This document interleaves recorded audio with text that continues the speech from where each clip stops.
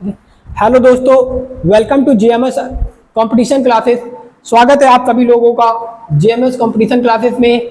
जैसा कि आपको पता है कि हम लोगों की ज्योग्राफी की क्लास, ज्योग्राफी सब्जेक्ट को हम लोग डीपली से पढ़ रहे हैं, स्टार्टिंग से पढ़ रहे हैं, बिल्कुल शुरू से पढ़ रहे हैं। और ज्योग्राफी में हम लोग स्टार्ट किए हैं वर्ल्ड ज्योग्राफी, जिसे बोला जाता है विश्व का भूगोल। विश्व के भूगोल में भी हम लोग क्या पढ़ रहे हैं? यूनिवर्स। पहला जो हमारा टॉपिक है वो है ब्रह्मांड, और ब्रह्मांड को एक दो क्लास के पहले हम पढ़ चुके हैं। और कल की क्लास में हमने क्या पढ़ा था? कल की क्लास में हमने पढ़ा था आकाश गंगा। आकाश गंगा तक हम लोग कवर कर चुके थे। आकाश गंगा तक हम लोग, इसे क्या बोला जाता है? गैलेक्सी बोला जाता है। गैलेक्सी तक हम लोग पढ़ लिए थे, ठीक है। इसके पहले हमने क्या पढ़ा था? गैलेक्सी के पहले हमने पढ़ा था बिग बैंग थ्योरी, और बिग बैंग थ्योरी को हमने अच्छे से डिटेल से डिस्कस किया, और इसके साथ आपको दिखाया भी कि कैसे हमारे ब्रह्मांड का विस्फोट हुआ था, और कैसे कैसे तारे बने थे, कैसे कैसे गैलेक्सियां बनी थी, बहुत बड़े बड़े तारों का निर्माण कैसे होता है, ब्लैक होल का निर्माण कैसे होता है। ये सारी चीजें हमने आपको एक वीडियो के अंतर्गत दिखाया था, ठीक है। और ये जो घटना होती है कब होती है? लगभग 13.7 बिलियन ईयर एगो होती है, मतलब 13.7 अरब वर्ष पूर्व ये घटना होती है।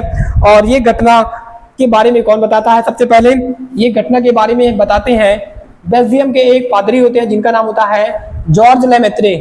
क्या नाम होता है? जॉर्ज लेमेत्रे होता है। इन्होंने इस घटना के बारे में बताया था कि ये हमारे ब्रह्मांड का निर्माण कुछ इस तरीके से हुआ है, जो कि कब बताया था? 1927 में बताया था कि ये इन्होंने एक बिग बैंग थ्योरी दिया था, एक कंसेप्ट दिया था जिसका नाम है बिग बैंग थ्योरी। इसे दूसरे नाम से भी जाना जाता है महाविस्फोट का सिद्धांत। महाविस्फोट का सिद्धांत के अंतर्गत इन्होंने ये बताया कि हमारा जो ब्रह्मांड है पहले एक सिमटा हुआ एक कण था, एक प्रोटॉन से भी छोटा कण था, जो कि बहुत ही डेंस था। क्या था? बहुत ही सघन था। और उसमें क्या होता है? उसमें एक बहुत ही बड़ा महाविस्फोट होता है, जिसके अंतर्गत इतनी ऊर्जा निकलती है, इतनी ऊर्जा निकलती है कि जो भी आज चीजें बनी हैं, वो चाहे हमारा सूर्य हो, तारे हो, गैलेक्सी हो, उल्कापिंड हो, ग्रह हो, धूलकण, ये सारी चीजें उसी विस्फोट के बाद बनती हैं, ठीक है। और ये जो ब्रह्मांड है अभी भी इसका विस्तार जारी है, और अभी तक हम लोगों ने ये नहीं पता कर पाया कि ब्रह्मांड का विस्तार कहाँ तक है या कितना है। कुछ इस तरीके से हमारा ब्रह्मांड दिखता है, आप लोग देख सकते हो। इसमें गैलेक्सियां हैं, तारे हैं, और ब्लैक मैटर भी है, बहुत सारी चीजें इसमें शामिल हैं। और हम लोग अभी ब्रह्मांड का इतना ज्यादा अध्ययन नहीं कर पाए हैं, क्योंकि हमारे पास उतना भी संसाधन नहीं है, ठीक है। तो ब्रह्मांड आप लोगों को समझ में आ गया होगा। इसके बाद जो हमारा नेक्स्ट टॉपिक था वो था आकाश गंगा। जो आकाश गंगा है ये बहुत ही महत्वपूर्ण टॉपिक है, और आकाश गंगा से क्वेश्चन कई बार पूछे गए हैं कि आकाश गंगा होती क्या है? आकाश गंगा होती क्या है? आकाश गंगा होती क्या है? और जो हमारा सोलर सिस्टम है, हमारा जो सोलर सिस्टम या सूर्य है, ये कौन सी आकाश गंगा में है? क्योंकि हमारे ब्रह्मांड में अरबों आकाश गंगाएं हैं, और हमारा सूर्य किसी न किसी आकाश गंगा में तो जरूर होगा। तो जो आकाश गंगा होती है, ये टॉपिक आपका बहुत ही महत्वपूर्ण है। तो आकाश गंगा क्या होता है? आकाश गंगा क्या होता है? जब हमारा ब्रह्मांड का विस्फोट हुआ था, उसके बाद इतनी सारी ऊर्जाएं निकलती हैं, जिसके कारण बहुत सारे धूलकण, सूर्य, जो आपके तारे हैं, ये सारे तारे हो गए, धूलकण हो गए, मिट्टियां हो गए, और जो प्लैनेट्स हैं, उल्कापिंड्स हैं, इन सब का क्या बनता है? इन सब का एक गुरुत्वाकर्षण बल के कारण ये सब एक बंध जाते हैं। गुरुत्वाकर्षण बल के कारण ये क्या करते हैं? एक समूह बना के घूमने लगते हैं, और इनका आकार बहुत ही बड़ा होता है। इनका आकार कई हजार प्रकाश वर्ष में इनका डायमीटर होता है, जिसके कारण, और जिस समय ये बन रहे थे उस समय ये एक ग्रेविटेशनल फोर्स के कारण बंध जाते हैं, जो अभी तक भी क्या हुए? बंधे हुए हैं। ये इसके ग्रेविटेशनल फोर्स के कारण निकल नहीं पाते हैं, और आज भी जितने भी तारे या प्लैनेट वगैरह जो भी इसमें पिंड हैं, वो क्या कर रहे हैं? इसी गैलेक्सी का चक्कर लगा रहे हैं, ठीक है। तो कुछ इस तरीके से हमारी आकाश गंगा का निर्माण होता है, और उसी में से हमारी एक आकाश गंगा है। इन्हीं में से हमारी एक आकाश गंगा, जिसका नाम क्या है? दुग्ध मेखला नाम है। क्या नाम है? दुग्ध मेखला नाम है। हमारा सूर्य जिस आकाश गंगा में स्थित है, इसका नाम है दुग्ध मेखला। क्या नाम है? मिल्की वे नाम है। मिल्की वे नाम है। और हमारी जो मिल्की वे है, बोला जाता है कि ये ब्रह्मांड के एक सेंटर में स्थित है। कहाँ पर? केंद्र में। लेकिन ऐसा कुछ भी नहीं है, क्योंकि अभी हम ब्रह्मांड के डायमीटर को ही नहीं पता कर पाए कि इसका डायमीटर कितना है, तो हम ये नहीं बता सकते कि ये सेंटर में है या फिर कॉर्नर में है। ठीक है। और ये भी पूछा जाता है कि हमारी जो आकाशगंगा है, क्या इसके कोई नजदीक आकाशगंगा स्थित है? तो इसके नजदीक जो स्थित है उसका नाम है एंड्रोमेडा। एंड्रोमेडा एक आकाशगंगा है जो कि हमारी आकाशगंगा से बहुत बड़ी है, ठीक है, बहुत ही बड़ी है। और ये लगभग कितना है, लगभग 2.5 मिलियन लाइट ईयर दूर है। हमारी आकाशगंगा से कितनी दूरी है इसकी? लगभग 2.5 मिलियन लाइट ईयर, मतलब आप जान सकते हो लगभग 25 लाख है ना, 2 लाख 25 लाख, लगभग 25 लाख लाइट ईयर। और एक लाइट ईयर बराबर कितना होता है? सभी लोगों को पता है कितना होता है, कितना होता है एक लाइट ईयर बराबर 9.46 इंटू 10 की पावर 12 किलोमीटर होता है, ठीक है। और मीटर में देखोगे तो 15, ठीक है, 10 की पावर 15। तो कुछ इस तरीके से हमारी गैलेक्सी होती है। और एक गैलेक्सी में लगभग बिलियन 100 बिलियन से भी अधिक तारे हो सकते हैं। हमारी गैलेक्सी में भी 100 बिलियन से अधिक तारे हैं। और जो और भी बहुत बड़ी बड़ी गैलेक्सियां हैं उसमें भी बहुत अधिक तारे हैं। अभी हमने बताया कि हमारी आकाशगंगा के सबसे जो नजदीक गैलेक्सी है उसका नाम क्या है, उसको लगभग कितनी दूरी है? लगभग 2.5 लाख, लगभग यहाँ पर एक जीरो कम है, 2.5 ठीक है, इसमें एक जीरो कम है, 2,50,000 दूर है। किससे दूर है? हमारी मिल्की वे से दूर है, ठीक है। इसका नाम क्या है? एंड्रोमेडा नाम है, ठीक है। चलिए आगे आपसे क्वेश्चन पूछा जाएगा। हालांकि एक आकाशगंगा और है जो कि हमारे नजदीक है, लेकिन पेपरों में आपका एंड्रोमेडा को ही आंसर राइट आंसर माना जाता है, ठीक है। ये पृथ्वी से हमारी कितनी दूर है? लगभग 2,50,000 प्रकाश वर्ष दूर है। और इसे एक नाम से और जाना जाता है, इसे एक नाम से और जाना जाता है। किस नाम से जाना जाता है? इसे मेजियर 31 के नाम से भी जाना जाता है, M31 के नाम से भी जाना जाता है, ठीक है। आगे चले। और एंड्रोमेडा गैलेक्सी यहाँ हमारी आकाशगंगा की सबसे नजदीक गैलेक्सी है। और बोला जाता है कि लगभग 4 बिलियन वर्ष बाद ये जो गैलेक्सी है हमारे किससे टकरा जाएगी? हमारी दुग्ध मेखला से टकरा जाएगी, ठीक है। दुग्ध मेखला से टकरा जाएगी कितने दिनों बाद? लगभग 4 अरब वर्ष बाद, जो कि एक बहुत ही बड़ा टाइम पीरियड होता है। इतने टाइम बाद हमारी गैलेक्सी किसके नजदीक जाएगी? एंड्रोमेडा गैलेक्सी के नजदीक जाएगी और टकरा जाएगी। और जब ये टकराएगी तो सारी चीजें क्या हो जाएंगी? समाप्त हो जाएंगी, ठीक है। तो चलिए हम लोग आगे चलते हैं। इसके बाद फिर हम लोग देखेंगे जो हमारा नेक्स्ट टॉपिक है सौर मंडल। कौन सा टॉपिक है? सौर मंडल। तो अभी हमने जस्ट बताया कि जो एक गैलेक्सी होती है इसे हम लोग क्या बोलते हैं? सौर परिवार या सोलर सिस्टम बोलते हैं। क्या बोलते हैं? सोलर सिस्टम भी बोलते हैं। तो अभी हमने जस्ट बताया कि जो गैलेक्सी होती है ये रहा आपका सोलर सिस्टम का कुछ पिक। चलिए थोड़ा सा समझते हैं एक ब्लैंक पेज में कि जो सोलर सिस्टम होता है वो क्या होता है, ठीक है।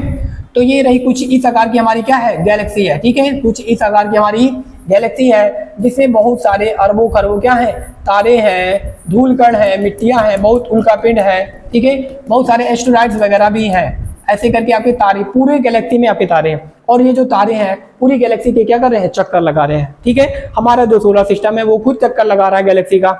और इन्हीं तारों का अपना क्या होता है? कुछ तारों का अपना परिवार होता है। जो तारे होते हैं इनकी भी एक फिक्स आयु होती है। कुछ तारे बन रहे होते हैं, कुछ तारे बूढ़े हो रहे होते हैं, कुछ तारे एकदम खत्म होने की कगार पे होते हैं, ठीक है, जिन्हें ड्वार्फ स्टार भी बोला जाता है, रेड जायंट भी बोला जाता है, ठीक है। तो हमारा जो तारा है, हमारा जो तारा है ये भी, इसकी भी जो आयु है वो आधी समाप्त हो चुकी है, आधी ही बची है, ठीक है। तो सभी तारों का अपना सोलर सिस्टम हो भी सकता है, नहीं भी हो सकता है, ठीक है। ये हो भी सकता है, नहीं भी हो सकता है, क्योंकि वैज्ञानिकों ने कुछ सोलर सिस्टम के बारे में कुछ तारों के समीप स्थित जो भी पिंड है या फिर जो भी प्लैनेट है इनके बारे में पता किया है कि जो अन्य तारे हैं इनका भी अपना सोलर सिस्टम हो सकता है। जैसे हमारे सूर्य का है, ठीक है, जैसे हमारे सूर्य का है इनका भी अपना सोलर सिस्टम हो सकता है ना। और इन सोलर सिस्टम में बहुत सारे प्लैनेट भी हो सकते हैं। वो प्लैनेट बड़े भी हो सकते हैं, छोटे भी हो सकते हैं। इसी तरीके का हमारा एक सोलर सिस्टम है जिस तारे का क्या नाम है? सूर्य नाम है। इसमें कितने प्लैनेट है? 8 प्लैनेट है। 9 थे, एक को हमने ग्रह की उपाधि से हटा दिया गया है ना।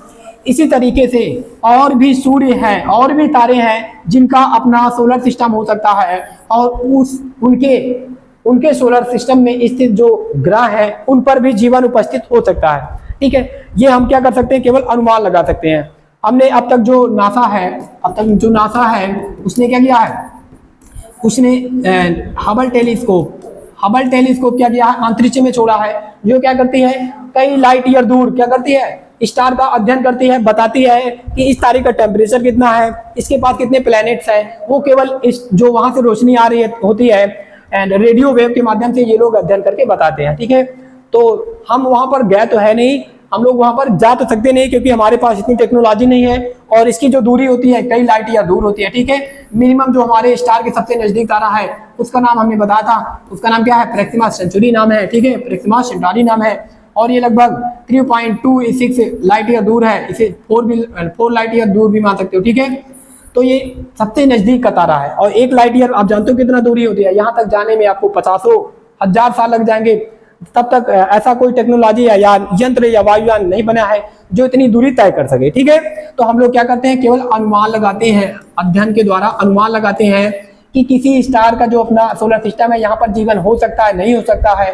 ठीक है, और क्यों ऐसा क्यों कर रहे हैं हम लोग, क्योंकि आने वाले टाइम में हमारे सोलर सिस्टम का भी एक फिक्स कार्यकाल है, एक फिक्स टाइम है, हमारी पृथ्वी का भी एक फिक्स टाइम है। जैसे आज मंगल पर जीवन नहीं है, बुध पर जीवन नहीं है, शुक्र पर जीवन नहीं है, बृहस्पति पर भी नहीं है, केवल केवल किस पर है, हमारी पृथ्वी पर है। इसी तरीके से एक टाइम ऐसा आएगा कि हमारी पृथ्वी पर भी जीवन नहीं रहेगा। ठीक है, और ये जो मानव सभ्यता है इसी को बचाने के लिए हम लोग दूसरे प्लेनेट की, ठीक है, एक्सो प्लेनेट की खोज कर रहे हैं, है ना, दूसरे प्लेनेट की क्या कर रहे हैं, खोज कर रहे हैं। ऐसा प्लेनेट जहां पर जीवन अनुकूल सुविधाएं हो, जैसे वहां पर पानी हो, वायु हो, पेड़ पौधे हो, जिससे हम लोग ऑक्सीजन प्राप्त कर सके और अपना जीवन यापन कर सके। ठीक है, तो लगातार हमारे जो साइंटिस्ट हैं वो क्या कर रहे हैं, एक्सो प्लेनेट की खोज कर रहे हैं जहां पर जीवन उपस्थित हो। ठीक है, एंड अभी हमने ऐसी टेक्नोलॉजी विकसित नहीं किया है कि हम दूसरे स्टार तक, एक स्टार से दूसरे स्टार तक क्या कर सके, ट्रेवल कर सके। ठीक है, इसलिए हम लोग अपने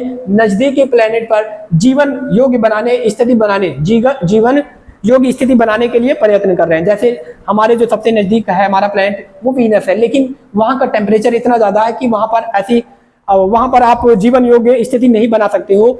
हमारे जो इधर और दूसरा जो नजदीक प्लेनेट है उसका नाम है मंगल। ठीक है, क्या है, मंगल, तो वहां का टेम्परेचर काफी कम है, यहाँ पर काफी बर्फ वगैरह भी जमी है ना, तो यहाँ पर हम लोग क्या कर रहे हैं, लगातार प्रयास कर रहे हैं कि यहाँ पर जीवन योग्य स्थिति बनाई जाए। ठीक है, तो इसीलिए जो वैज्ञानिक है वो क्या कर रहे हैं, दूसरे प्लेनेट पर जीवन योग्य मानव को भेजने के लिए क्या कर रहे हैं, लगातार प्रयास कर रहे हैं। ठीक है, और आप लोग 1-2 दिन के अंदर पढ़ोगे कि जो 1-2 साल के अंतर्गत जो हमारा स्पेस एक्स है वो क्या करेगा, मंगल ग्रह पर मानव रहित क्या भेजेगा, अभियान भेजेगा, जिसके तहत वो क्या करेगा, वहां पर जाके मानव बस्ती बसाने के लिए स्थिति वहां पर बनाएगा। ठीक है, शहर बसाएगा और धीरे धीरे फिर क्या करेगा, वहां पर मनुष्य को भी वहां पर भेजेगा।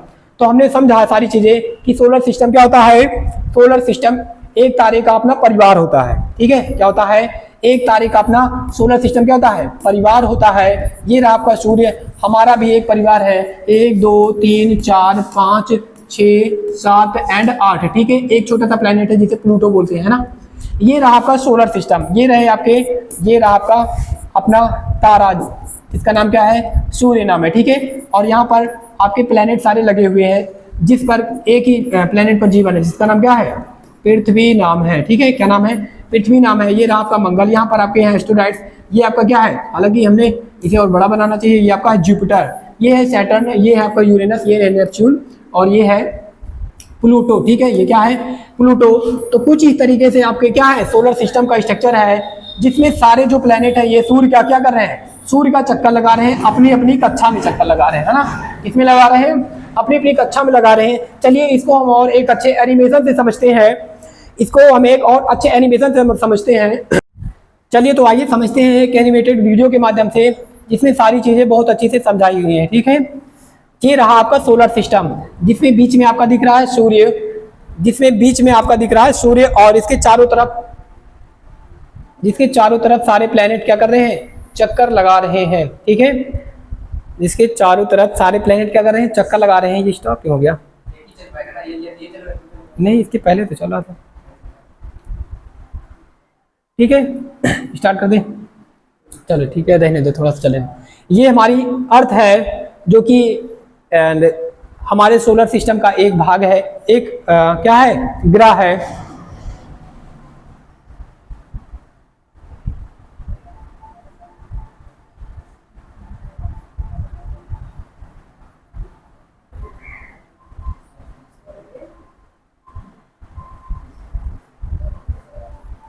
अब हम लोग चल रहे हैं अपनी गैलेक्सी की ओर, ठीक है। एंड ये है सारे नजदीक के तारे, ठीक है, ये सारे नजदीक के तारे हैं और हम लोग चल रहे हैं अपनी गैलेक्सी की ओर। ये हमारी है मिल्की वे, जिसे बोला जाता है आकाश दुग्ध मेखला बोला जाता है। क्या बोला जाता है? दुग्ध मेखला बोला जाता है, ठीक है। एंड हम लोग चल रहे हैं अपनी गैलेक्सी की ओर, ठीक है। यहां पर ये सारी डिस्टेंस लाइट ईयर में चल रही है, ठीक है।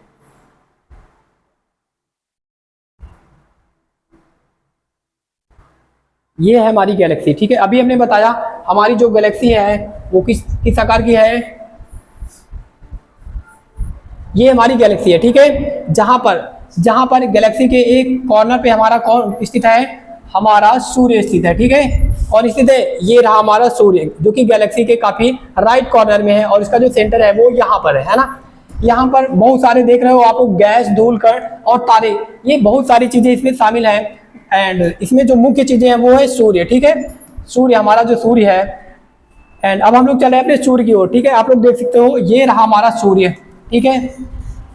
ये हमारा क्या है? सूर्य है। एंड सूर्य के पास विजिट करने से पहले देख सकते हो ये रहा सूर्य, जो कि बहुत ही ज्यादा गर्म है। और आप लोग इसका स्ट्रक्चर देख सकते हो अच्छे से। यहाँ पर क्या हो रही है? नाभिकीय संलयन की प्रक्रियाएं हो रही हैं, ठीक है। क्या हो रही है? नाभिकीय संलयन की प्रक्रियाएं हो रही हैं। कुछ इस तरीके से दिखता है हमारा सूर्य। और स्ट्रक्चर इसका आप देखोगे तो इसके जो कोर का टेम्परेचर है काफी अधिक है। और इसके जो कोर में क्या क्या चीजें उपस्थित है? इसके कोर में आपको मिलेगा निकेल। क्या मिलेगा? जो कि एक भारी मेटल है। इसके कोर में क्या क्या चीजें उपस्थित है? इसके कोर में उपस्थित है निकेल, ठीक है। ये रहा इसका कोर, जहाँ का टेम्परेचर लगभग 1.5 करोड़ है। एंड यहाँ कौन कौन से एलिमेंट है? निकेल उपस्थित है। निकेल जो कि एक भारी मेटल होता है। और रेडियो एक्टिव जोन भी यहाँ पर है, यहाँ जहाँ पर कुछ एलिमेंट क्या हो रहे हैं? कुछ एलिमेंट के द्वारा क्रियाएं हो रही हैं। और इसे आपको बताया गया कि सूर्य के जो जितनी परतें होती है, आगे चल के पढ़ाया जाएगा कि सूर्य को कितने परतों में विभाजित किया गया, रेडियो एक्टिव जोन क्या होता है, फोटोस्फीयर क्या होता है, कोरोना क्या होता है, ये सब सूर्य की परतें होती हैं। ये आगे आपको वीडियो में, आगे आपको क्लास में बताया जाएगा, ठीक है। बाकी इसका स्ट्रक्चर देख सकते हो, ये रहा इसका स्ट्रक्चर। आगे आपको सूर्य के बारे में सारी चीजें पढ़ाई जाएंगी। अभी आप लोग केवल बेसिक जानो कि ये सूर्य कहाँ पर है, सूर्य हमारे अंतरिक्ष में कहाँ पर स्थित है और इसके चारों तरफ क्या क्या चीजें स्थित है, ठीक है। एंड अब हम लोग चल रहे हैं अपने सोलर सिस्टम की ओर चल रहे हैं, ठीक है। कैसा हमारा सोलर सिस्टम दिखता है और कहाँ पर ये स्थित है, ठीक है। तो ये दिख रहा है आपको ये भी पढ़ाया गया है कि हमारे सूर्य के नजदीक जो सबसे चमकीला तारा, उसका नाम क्या है? सिरिस नाम है। क्या नाम है? सिरिस नाम है, जो कि सूर्य से काफी दूर है। यहाँ पर सिरिस पर हम लोग भी चल सकते हैं। ये रहा सिरिस, जो कि हमारे सूर्य के नजदीक सबसे चमकीला तारा है, ठीक है।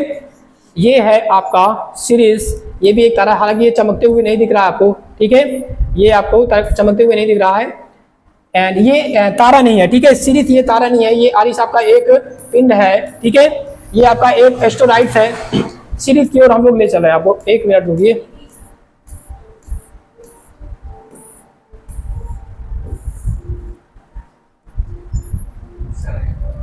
रुको एक मिनट। यहां पर दिख रहा है सिरिस कहीं पर। ये सारे क्या है? ये सारे हैं आपके, ये दिख रहा है सिरस, ठीक है। सिरिस ये है सूर्य के सबसे नजदीक तारा, सबसे नजदीक नहीं, ये सबसे चमकीला तारा है, ठीक है। ये है सूर्य के सबसे चमकीला तारा। आप लोगों को बताया गया है कि जो सूर्य का प्रकाश होता है, मतलब जो लाइट होती है, तारों से जो लाइट आती है, वो हमें क्या बताती है? उनका जीवन काल बताती है, या फिर उनकी डिस्टेंस बताती है, क्या बताती है? ये क्वेश्चन भी हमने आपसे पूछा था कि जो तारे होते हैं उनका जो कलर होता है क्या बताता है?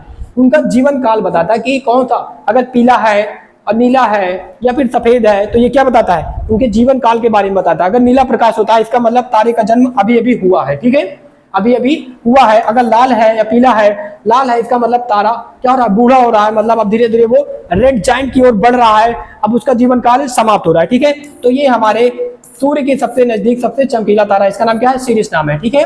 यहाँ पर आप लोगों ने देखा इसका स्ट्रक्चर देखो, इसका जो कोर है किससे मिलकर बना है। एंड ये हमारे नजदीक का तारा, इसे नहीं दिखाएगा, ठीक है। ये किसका बना है? चलिए हम चलते हैं अपने एंड सोलर सिस्टम की ओर और सोलर सिस्टम को समझते हैं कि कौन कौन सा जो प्लेनेट है कितना दूर है और कैसे प्लेनेट चारों ओर चक्कर लगा रहे हैं, ठीक है।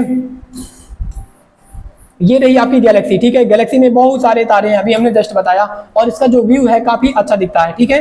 इसका जो व्यू है काफी अच्छा दिखता है। कुछ गैलेक्सियां, सूर्य अपना कहां पर दिख रहा है, दिख रहा है कहीं पर, ये है सन, ठीक है।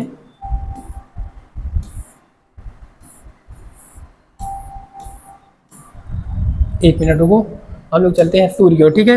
ये रहा अपना सन, ठीक है, ये रहा अपना सन, और ये रहा अपना पूरा सोलर सिस्टम, ठीक है, जिसके चारों ओर सारे प्लेनेट क्या कर रहे हैं, जिसके चारों ओर सारे प्लेनेट घूम रहे हैं, ठीक है। आप लोग देख सकते हो उसको, हॉरिजॉन्टल भी दे सकते हो, वर्टिकल भी दे सकते हो, दोनों तरीके से, ठीक है। ये रहा हमारा सोलर सिस्टम, बीच में क्या है, सूर्य है, ठीक है, और इसके चारों तरफ क्या कर रहे हैं, सारे प्लेनेट चक्कर लगा रहे हैं, ठीक है। जो हमारा जो सबसे पहला प्लेनेट है उसका नाम क्या है, जो सबसे हमारा पहला प्लेनेट है उसका नाम है मरकरी। क्या नाम है, अभी हम लोग और चलेंगे और नजदीक चलेंगे, एंड ये रहा आपका मरकरी, ठीक है। ये कौन सा प्लेनेट है, मरकरी। ये हमारे सूर्य के स्थित सबसे नजदीक प्लेनेट है, ठीक है। ये हमारे सूर्य के सबसे नजदीक स्थित प्लेनेट है, जो कि चट्टानों से, है ना, सॉलिड चट्टानों से मिलकर बना है। इसका स्ट्रक्चर भी आप देख सकते हो, इसका जो स्ट्रक्चर है कुछ इस तरीके से। यहाँ पर भी क्या है, यहाँ पर भी आयरन है, इसके कोर में क्या स्थिति है, आयरन है, और इसका जो मेंटल है वो सॉलिड सिलिकेट रॉक से मिलकर बना है, ठीक है। सरफेस किसके मिलकर बना है, वो भी सिलिकेट रॉक। सिलिका आप जानते हो ना, सिलिका एक एलिमेंट होता है जिसका परमाणु क्रमांक 14 होता है ना, एंड ई से मिलकर बना है, और कोर किससे मिलकर बना है, आयरन से मिलकर बना है। और ये हमारे सूर्य का सबसे नजदीक प्लेनेट है, जो कि सबसे फास्ट क्या करता है, सूर्य का चक्कर भी लगाता है। अब हम लोग चल रहे हैं नेक्स्ट, जो हमारा प्लेनेट है, नेक्स्ट प्लेनेट कौन सा है, नेक्स्ट प्लेनेट, हाँ, जो नेक्स्ट प्लेनेट हमारा कौन सा है, वीनस है, ठीक है। ये हमारे सोलर सिस्टम का दूसरा प्लेनेट है, ठीक है, जो कि सबसे गर्म ग्रह भी है। इसे कौन सा ग्रह बोला जाता है, देख सकते हो, ठीक है। इसे पीला ग्रह भी बोला जाता है। कौन से कलर का दिख रहा है, पीला दिख रहा है, इसे पीला ग्रह भी बोला जाता है। और ये पृथ्वी के स्थित सबसे नजदीक ग्रह भी है, ठीक है, जिसका जो इनर कोर है काफी गर्म है, कंटेन्स सॉलिड आयरन, ठीक है, and nickel, iron and nickel से बना हुआ है। और जो मेंटल है वो लिक्विड आयरन एंड निकिल का है, मतलब ये मेंटल वाला पार्ट किसमें है, लिक्विड में है, ठीक है। और क्रस्ट वाला सिलिकेट एंड रॉक से मिलकर बना है। और इसकी सतह पर आप लोग जानते हो क्या होते रहते हैं, विस्फोट होते रहते हैं, क्रियाएं होती रहती हैं, ठीक है, क्योंकि कार्बन डाइऑक्साइड काफी अधिक मात्रा में होने के कारण, यहाँ पर क्रियाएं होने के कारण इसका टेम्परेचर काफी अधिक है। इसे ही ध्रुव का तारा बोला जाता है, ठीक है, सुबह सांझ का तारा भी बोला जाता है, पृथ्वी की बहन भी किसे बोला जाता है, इसे ही बोला जाता है ना। अब चले नेक्स्ट प्लेनेट की ओर। हमारा जो नेक्स्ट प्लेनेट है, तीसरा प्लेनेट है, वो है अपना कौन सा है, अर्थ है, ठीक है, वो हमारी अर्थ है। और जहां पर एकमात्र प्लेनेट है जहां पर क्या है, जीवन है, ठीक है। और सारे प्लेनेट एक कक्षा में क्या कर रहे हैं, चक्कर लगा रहे हैं, दिख रहा है। यहाँ पर आप लोग पहचानो कौन सा, एंड यहाँ पर कौन से, यहाँ पर वो है दिए गए हैं महाद्वीप, ठीक है। ये कौन सा महाद्वीप है, हाँ, ये कौन सा महाद्वीप है, ऑस्ट्रेलिया महाद्वीप है, ठीक है। और ये एकमात्र प्लेनेट है जहां पर पानी, मतलब पानी उपस्थित है, ठीक है। और भी जगह खोजा गया, लेकिन वो केवल अध्ययन में खोजा गया, अभी प्रैक्टिकली नहीं देखा गया, ठीक है। ये कौन सा प्लेनेट, ये कौन सा महाद्वीप है, ये कौन सा महाद्वीप है, नॉर्थ अमेरिका है, अमेरिका दो है, ठीक है, तीन है, एक मध्य अमेरिका, एक नॉर्थ अमेरिका, एक साउथ अमेरिका। तो देखो ये ज्यादा डेवलप है ना, तो लाइट वगैरह जलाया हुआ है ना, ज्यादा डेवलप है, लाइट वगैरह जल रही है। यहाँ पर देखो चाइना के पास भी चल रही है ना। तो ये रहा अपना अर्थ, ठीक है। आप लोग देख सकते हो हमारे ग्रह को क्या बोला जाता है, अर्थ को नीला ग्रह भी बोला जाता है ना, क्योंकि यहाँ पर क्या है 70% पानी है ना, क्या है 70% पानी है, इसलिए इसे नीला ग्रह भी बोला जाता है। और ये एकमात्र ग्रह है जहां पर जीवन भी उपस्थित है। चले आगे नेक्स्ट प्लेनेट की ओर। इसका कोर भी देख सकते हो, इसका जो कोर है, इसका जो कोर है किससे मिलके बना है, इसका जो कोर है यहाँ पर भी आपके वही मिलेगा जो आपका शुक्र में है, ठीक है, इसीलिए इसे शुक्र की बहन बोला जाता है, क्योंकि आधे से ज्यादा चीजें क्या है, सेम है, ठीक है। इसका जो आउटर कोर है वो क्या है, लिक्विड पार्ट में है ना, आउटर कोर लिक्विड पार्ट में है, और जो इनर है वहां पर क्या है, सॉलिड आयरन एंड निकिल पाया जाता है, जिसे नीफे से आप लोग पढ़ते हो ना, किसे पढ़ते हो, नीफे से पढ़ते हो, निकिल एंड फेरस मतलब आयरन, ठीक है। और अंदर का टेम्परेचर काफी ज्यादा है, आप लोगों को बताया गया है। यही टेम्परेचर, यही क्या करता है, जब ज्वालामुखी वगैरह फटते हैं ना, तो यहीं से क्या निकलते हैं, मेटल के मटेरियल निकलते हैं सारे, ठीक है। चलिए आगे, चलो आगे हम लोग चले हैं। और आप लोगों ने एंड यहाँ पर तो विजिट किया, लेकिन एंड पृथ्वी का भी कोई चक्कर लगाता है ना, पृथ्वी का भी कोई चक्कर लगाता है, कौन लगाता है, चंद्रमा लगाता है, ठीक है। चंद्रमा हमारी पृथ्वी का क्या करता है, चक्कर लगाता है, जिसका आप एक ही सतह देख पाते हो ना, जिसका आप एक सतह देख पाते हो, कौन सा, ये दिख रहा है, ठीक है। एंड इसका आप एक ही सतह देख पाते हो, एक सतह पे देखो अंधेरा है, ठीक है, एक सतह पे क्या है, अंधेरा है। और उसके बाद ये रहा अपना चंद्रमा। चंद्रमा का भी आप इनर कोर देख सकते हो, नहीं दिखाएगा, ठीक है, शायद चंद्रमा का इनर कोर ना दिखाए क्योंकि ये क्या है, एक सैटेलाइट है, दिखा देगा, ठीक है। इनर कोर भी इसका भी क्या है, आयरन। तो कोई भी प्लेनेट है, आप लोग देख रहे हो कि जितने भी सूर्य के एंड इनर प्लेनेट, एक आउटर प्लेनेट हमने पढ़ा था, एक इनर प्लेनेट, ठीक है, आंतरिक ग्रह और वायु ग्रह। तो आंतरिक ग्रह के आप लोग देख रहे हो कि जो भी इनर या कोर वाली चीजें हैं ना, कोर वाली चीजें हैं वो सॉलिड आयरन या निकेल से बनी हुई है ना, मतलब भारी धातुओं से मिलकर बनी है, ठीक है। बाकी ऊपर क्या है, सिलिकेट वगैरह की रॉक वगैरह है, ठीक है। आगे चले, ये हमारा क्या है, एकमात्र सैटेलाइट है, किसका है, पृथ्वी का है, ये दिख रहा है आपका पृथ्वी, और ये है चंद्रमा। चलो हम लोग चलते हैं नेक्स्ट, जो हमारा प्लेनेट है कौन सा है, नेक्स्ट हमारा जो प्लेनेट है कौन सा है, नेक्स्ट प्लेनेट आपका है मार्स, ठीक है। कहां पर है, नेक्स्ट जो प्लेनेट है आपका वो है मार्स। कहां पर है, ये दिख रहा है, ठीक है, ये है आपका मार्स। मार्स को हम लोग किस ग्रह के नाम से भी जानते हैं, लाल ग्रह के नाम से भी जानते हैं ना। तो आज हम लोग केवल आंतरिक ग्रह को कवर करेंगे, कल हम लोग कवर करेंगे वायु ग्रह को, ठीक है। कल हम लोग कवर करेंगे वायु ग्रह को। ये हमारा है मंगल, जिस पर बहुत सारे मिशन भी भेजे जा चुके हैं। इसे लाल ग्रह भी कहा जाता है। क्यों कहा जाता है, क्योंकि यहाँ पर आयरन ऑक्साइड की मात्रा ज्यादा है, ठीक है, आयरन ऑक्साइड की मात्रा ज्यादा है और इसलिए इसे क्या बोला जाता है, लाल ग्रह भी बोला जाता है। और ये पृथ्वी के नजदीक दूसरा सबसे नजदीक ग्रह है, ठीक है। यहाँ का जो इनर क्रोड वाला है, यहाँ पर भी क्या निकिल है, सल्फर है, लिक्विड आयरन है, ठीक है, सॉलिड में है, लिक्विड में है, ठीक है। और मेंटल वाले में क्या है, सिलिकेट रॉक है, और ऊपर क्या है, आयरन ऑक्साइड है ना, क्या है, आयरन ऑक्साइड है, जिसके कारण इसका रंग क्या है, लाल है ना। जहां पर निक्स ओलंपिया वगैरह क्या है, इसके ज्वालामुखी है, ठीक है। और इसके दो उपग्रह हमने पढ़ाया था, एक फोबोस और एक डीमोस, ठीक है। कहां पर है, चलिए देखिए, देखो एक दिख रहा है ये फोबोस, ठीक है, ये क्या है फोबोस, और एक और है डीमोस, ठीक है। डीमोस कहीं दिख रहा है, हाँ, एंड डीमोस कहां पर दिख रहा है, इधर,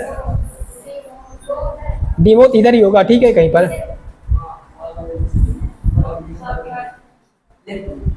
कहां पर है, तुम्हें ज्यादा, हाँ, चलो अभी देखते हैं, ठीक है। ये रहा आपका फोबोस। देखो जो सैटेलाइट्स होते हैं, हमारा चंद्रमा ही है जो थोड़ा गोल है, बाकी सभी के सैटेलाइट देख सकते हो कितने टेढ़े मेढ़े हैं ना। सभी के जो सैटेलाइट्स हैं देख सकते हो कितने टेढ़े मेढ़े हैं, है ना। तो इन्हें क्या ग्रह की उपाधि दिया जा सकता है, नहीं दिया जा सकता, ठीक है। क्यों क्यों नहीं दिया जा सकता, क्योंकि ये किसी तारे का चक्कर भी नहीं लगाते और गोल भी नहीं है, ठीक है। कहाँ है फोबोस डीमोस, दिख रहा है कहीं पर, जहां पर होगा वो चमक रहा होगा, ठीक है, यहां पर। अच्छा हाँ, दूसरी कक्षा में हुआ, ये सही बताइए, ठीक है। मैं यही कक्षा में देख रहा था, ठीक है। अलग इसका कक्षा क्या है, इसका ऑर्बिट अलग है, एक ही कक्षा में चक्कर लगाएंगे तो टकरा जाएंगे, है ना। इसलिए ये क्या करेंगे, दूसरी कक्षा में, है ना। इनका स्ट्रक्चर आप देखना हो देख सकते हो, अगर दिया होगा तो। नहीं, इनका स्ट्रक्चर नहीं दिया है, ठीक है, क्योंकि इसके बारे में ये काफी दूर है, हमारा चंद्रमा काफी नजदीक है, इसके बारे में हमने अध्ययन किया है, ये काफी दूर है इनके सैटेलाइट्स वगैरह पे। और देखो इसका स्ट्रक्चर कैसे है, पूरी तरीके से स्फेरिकल नहीं है ना। चलिए हम चलते हैं नेक्स्ट, आज देख ही लेते हैं सारे प्लेनेट, कल से हम लोग पढ़ेंगे एक एक प्लेनेट के बारे में अच्छे से। तो चंद्रमा, मंगल का कितना उपग्रह है, 2 उपग्रह है, ठीक है। कितने उपग्रह है, 2 उपग्रह है, एक का नाम है फोबोस और एक का नाम क्या है, डीमोस नाम है। एंड मार्स के बाद अब जुपिटर और मार्स की कक्षा के बीच में क्या पड़ता है, बोलो, जुपिटर और मार्स की कक्षा के बीच में क्या पड़ता है, एस्टेरॉइड्स की बेल्ट पड़ती है, ठीक है। क्या पड़ती है, एस्टेरॉइड्स की बेल्ट पड़ती है। और जो एस्टेरॉइड्स की बेल्ट है उसमें भी मैंने बताया था, जो एस्टेरॉइड्स है उनका पिंड्स है, इसमें भी सबसे बड़ा जो उनका पिंड है उसका नाम क्या है, सेरेस नाम है। क्या नाम है, सेरेस नाम है, ठीक है। ये रहा अपने बुध के आकार का सेरेस, ठीक है, लेकिन इसका काफी हद तक स्फेरिकल है, ठीक है। ये देखो काफी हद तक गोल है और इसमें काफी गड्ढे भी दिख रहे हैं ना। इसमें बोला जा रहा है कि इसमें यूरेनियम बहुत अधिक मात्रा में उपस्थित है ना, इसीलिए सारे जो देश हैं इस पर अपने मिशन क्या कर रहे हैं, उतारना चाह रहे हैं। और देख सकते हो इसका मास कितना है और ये हमारे यहाँ से कितना दूर है, लगभग 4 लाइट ईयर दूर है, ठीक है, काफी दूर ये भी है ना। एंड ये कहाँ पर, ये क्या है, ये आपका एक एस्टेरॉइड्स है ना, दिख रहा है, एस्टेरॉइड्स की बेल्ट दिख रही है आपको, नहीं दिख रही है भी, है ना। और इसके बाद फिर हम कहाँ पर चलेंगे, इसके बाद हम लोग चलेंगे जुपिटर में, है ना। कहाँ पर चलेंगे, जुपिटर में चलेंगे। ये रहा हमारे सौरमंडल का सबसे बड़ा ग्रह, ठीक है, जिसका नाम क्या है, जुपिटर नाम है, ठीक है। इसके स्ट्रक्चर के बारे में हम लोग देख सकते हैं। इसका जो स्ट्रक्चर है कुछ इस तरीके का है, ठीक है। अब जितने भी मिलेंगे सबकी जो डेंस है वहां रॉक वगैरह से मिले होंगे, क्योंकि ये सारे जो ग्रह हैं गैसीय ग्रह है ना। अब जितने भी वायु ग्रह मिलेंगे वो सारे आपके गैसीय ग्रह हैं, और जितने भी आंतरिक ग्रह थे वो सारे क्या थे, सॉलिड ग्रह थे, ठीक है। तो ये हमारे सौरमंडल का सबसे बड़ा ग्रह है और इसके जो आपके सैटेलाइट है कौन कौन थे, यूरोपा था, आईओ है, गैनीमेड है, ये सब लिखा था, कैलिस्टो है, सभी के बारे में आप देख सकते हो। ठीक है, ये रहा आपका कैलिस्टो, ठीक है, जो कि काफी स्फेरिकल शेप में है। ठीक है, जितने भी हैं ये काफी स्फेरिकल शेप में है, जिसके चारों तरफ क्या पाई जाती है, मीथेन वगैरह की गैसों के आवरण भी पाए जाते हैं। ठीक है, आगे चले, ये सारे इसके क्या है, सैटेलाइट्स है, गैनीमेड है, यूरोपा है, कैलिस्टो है। यूरोपा सबसे बड़ा सैटेलाइट है। ठीक है, आगे चले, एस्ट्रोलाइट्स की बेल्ट आप लोग नहीं देखे थे ना, एस्ट्रोलाइट्स की बेल्ट आप लोग नहीं देखे थे। इसके बाद ये है आपका सैटर्न, सैटर्न जिसे आप लोग क्या बोलते हैं, वलयाकार ग्रह भी बोलते हैं। इसके चारों तरफ छल्ला दिख रहा है, छल्ला दिख रहा है, इसके चारों तरफ गैसों का आवरण पाया जाता है। ठीक है, गैस धूल कणों का आवरण पाया जाता है, इसे वलयाकार प्लैनेट भी बोला जाता है। इसके भी क्या है, इसके भी एंड अपने क्या सैटेलाइट्स हैं, बहुत सारे सैटेलाइट इसके भी है, डायोन है, टाइथिस है, ठीक है, मिमास है, रिहा है। हालांकि सारे सैटेलाइट्स के बारे में, टाइटन के बारे में मैंने पढ़ाया है। ठीक है, क्योंकि सारे पूछे नहीं जाते हैं, जो इंपॉर्टेंट है उन्हीं के बारे में पूछा जाता है ना, तो इसीलिए मैंने सारे सैटेलाइट्स के बारे में नहीं पढ़ाया है। ऐसे करके 80 82 सैटेलाइट से कितने आप याद करोगे, है ना। बाकी और भी जो प्लैनेट्स हैं, एक प्लैनेट आपका बच रहा है यूरेनस, ठीक है, जिसे आप लोग नीला, हरा नीला ग्रह भी बोलते हो। ठीक है, ये आपके काफी दूर स्थित प्लैनेट है। ठीक है, इनका स्ट्रक्चर आप देखो, एंड ये भी सिलिकाट एंड आयरन निकल वगैरह के बने हुए हैं। ठीक है, इनका स्ट्रक्चर काफी अच्छा लग रहा है। ठीक है, इनके वायुमंडल वगैरह में मीथेन वगैरह की गैसें ज्यादा पाई जाती हैं। इसके भी अपने क्या हैं, सैटेलाइट्स हैं। ठीक है, और उसके बाद एक प्लेनेट और बचा, जो है आपका कौन सा, नेपच्यून, नेपच्यून, जो कि हमारा सबसे वायतम ग्रह है, और ये काफी नीला ग्रह भी दिख रहा है, पृथ्वी से भी नीला दिख रहा है ना, पृथ्वी से भी नीला दिख रहा है, और ये सब गैसीय ग्रह है। ठीक है, इस पर हम लोग पैर नहीं रख सकते हैं, एंड इसका भी जो कोर वाला पार्ट है वो सिलिका और आयरन का मिलकर बना है। अब एक ही प्लेनेट बचा है, कौन सा प्लेनेट, प्लूटो बचा। ठीक है, जो कि एक प्लेनेट नहीं है, 2006 में आईएयू ने इसे क्या किया था, प्लेनेट की उपाधि से बाहर कर दिया था। ये रहा आपका प्लूटो। इसकी कक्षा देख रहे हो, कुछ इसकी कक्षा देख रहे हो, ये जा रहा है, ये जा रहा है,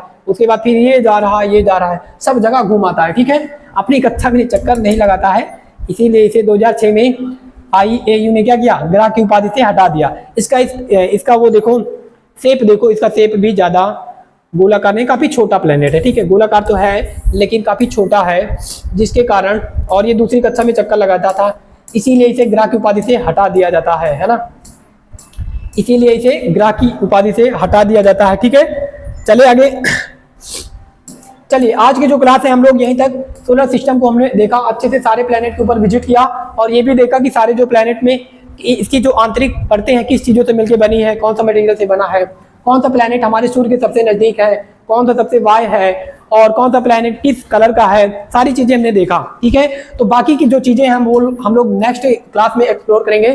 ठीक है, अगर क्लास अच्छी लगी हो तो अपने दोस्तों के पास जरूर शेयर करिए, और वीडियो को लाइक करके चैनल को सब्सक्राइब करिए। इस तरीके का और कंटेंट हम लोग लगातार प्रोवाइड करते रहेंगे। ठीक है, तो चलिए मिलते हैं नेक्स्ट क्लास में, तब तक के लिए जय हिंद, जय भारत।